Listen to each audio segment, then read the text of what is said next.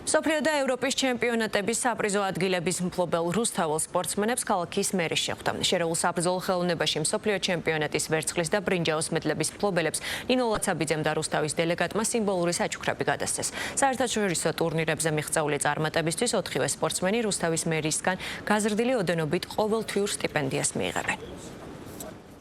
კიდევ ერთხელ მიულოცეთ ჩვენს რუსთაველ ახალგაზრდებს საერთაშორისო წარმატება, მათ მონაწილეობა მიიღეს ჩვენი ქვეყნის სახელით, როგორც მუნიციპალურ დონეზე, ასევე სახელმწიფო დონეზე სპორტის ხელშეწყობა განაპირობებს კიდევ და კიდევ უფრო მეტი ახალგაზრდის წარმატებას. ეს არის ჩვენი მთავარი მიზანი და ვისურვებ, რომ მათი მხრიდანაც რა ენერგია და შრომაც არის ჩადებული, ყოველთვის იყოს დაფასებული.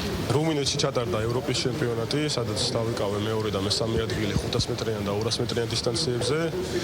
საკმაოდ კარგი შედეგი მინდა თქვა, რთული ტრავმების შემდეგ, ასევე მსოფლიო ჩემპიონატიც მივიღე მონაწილეობა და იქაც კარგი შედეგები დავაფიქსირე. რა თქმა უნდა, ეს ყველაფერი არ გამოვა, თუ ერთმანეთს გვერდში ავედექით.